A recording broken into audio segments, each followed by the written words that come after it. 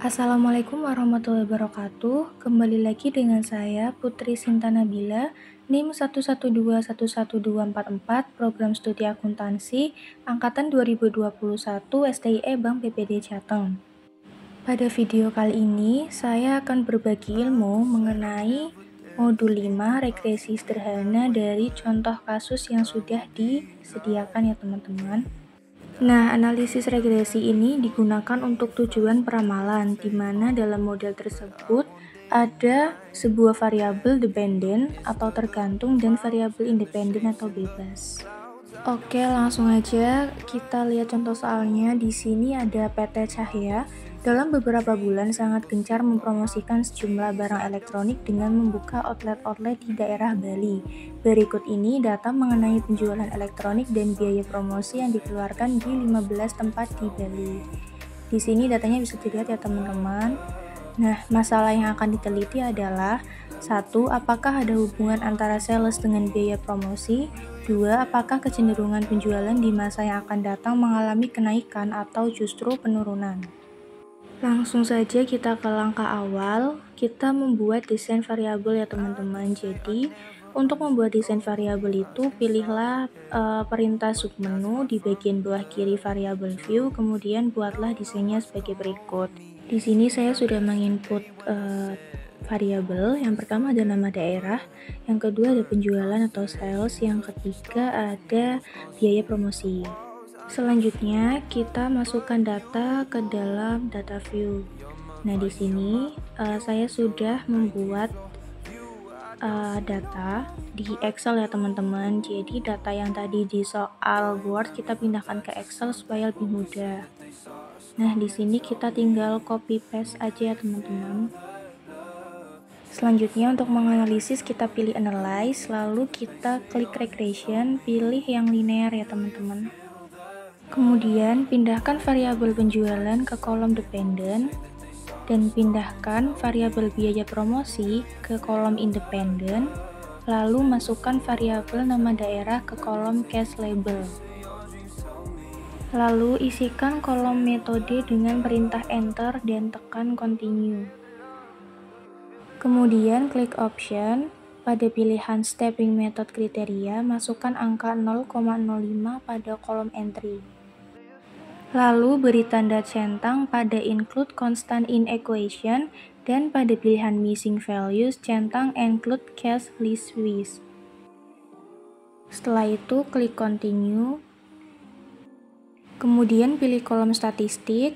Lalu pada regression koefisien atau perlakuan koefisien regresi tetap aktifkan pilihan estimate.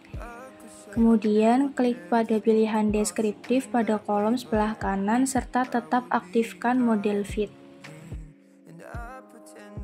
Selanjutnya klik continue lalu klik OK untuk memproses data. Nah, ini untuk hasil outputnya teman-teman dari analisis regresi. Bisa dilihat di layar. Nah, untuk menjawab masalah kita bisa lihat di tabel deskriptif statistik ya teman-teman.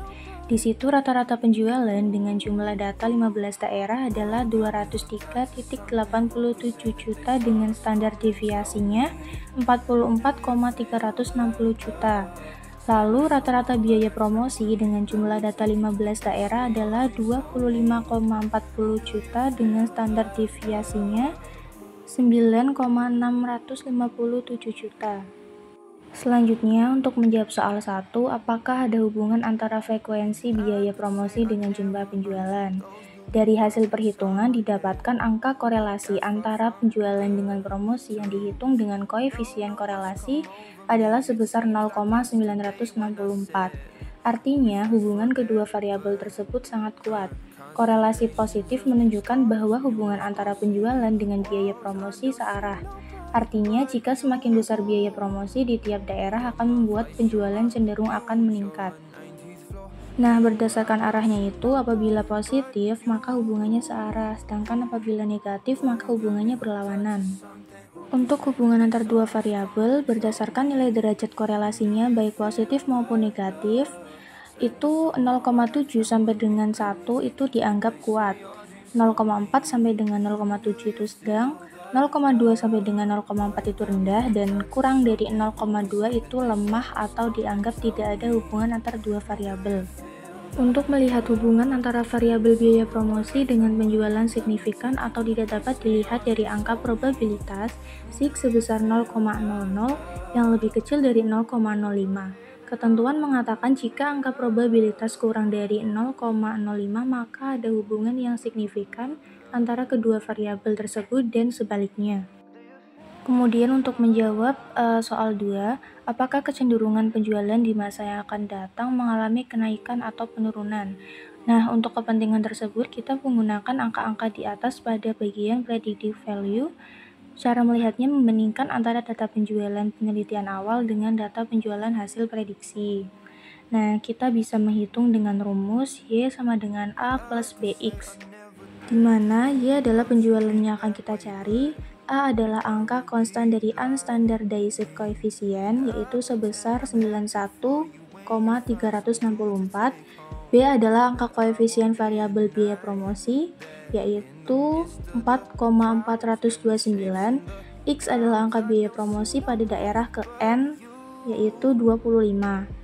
Jadi untuk Y-nya itu 202,089. Maka kesimpulan yang dapat dibuat dari contoh kasus adalah yang pertama, hubungan antara penjualan dengan biaya promosi 0,964 atau sangat kuat, searah, dan signifikan. Yang kedua, pengaruh penjualan terhadap biaya promosi sebesar 93%. 93% itu didapat dari tabel model summary pada kolom R-square ya teman-teman. Selanjutnya, pengaruh variabel lain di luar model sebesar 7%, itu dari 100% dikurangi 93%. Lalu, kecenderungan biaya promosi secara umum mengalami kenaikan atau meningkat. Oke, mungkin itu saja penjelasan dari saya. Apabila ada kesalahan atau kekurangan, mohon dimaafkan. Semoga bermanfaat. Wassalamualaikum warahmatullahi wabarakatuh.